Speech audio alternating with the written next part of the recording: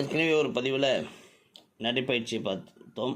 அதோட தொடர்ச்சியாக இப்போ நம்ம பார்க்குறது கைபேசி, அதாவது மொபைல் இல்லாமல் நடப்பது.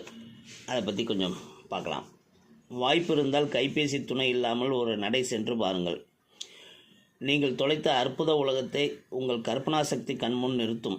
அரை மணி நேரம் நடைப்பயிற்சி மேற்கொள்கிறது என்றால் வீட்டிலேயே செல்ஃபோனை வைத்துவிட்டு செல்லலாம், அல்லது செல்ஃபோன் ஒலிப்பானை அணைத்துவிட்டு நடைப்பயிற்சி முடிக்கும் வரை எக்காரணத்தை கொண்டும் செல்ஃபோனை எடுத்து வாட்ஸ்அப்பையோ முகநூலையோ பார்க்க மாட்டேன் என்னும் மனோதிடத்தை உருவாக்கி கொண்டு அதை பழக்கத்துப்படுத்துவது மனதுக்கு சுகமளிக்கும். இடையூறற்ற நடைப்பயிற்சி புது சிந்தனைகளை தூண்ட உதவும். கவிஞர்களும் எழுத்தாளர்களும் புதிய இடம், அழகிய சூழல் போன்ற இடங்களில் வார்த்தைகளை வழங்குவதைப் போல அனைவரையும் மகிழ்ச்சியான புது புது சிந்தனைகள் மலரச் செய்து மனதுக்கு புத்துணர்வு அளிக்க நடைப்பயிற்சி துணை நிற்கும். அதே நேரத்தில் முதியவர்கள் நடைப்பயிற்சி மேற்கொள்ளும் போது தொடர்புக்காக அதாவது மொபைல் ஃபோனை வைத்துக்கொள்வதில் தவறில்லை.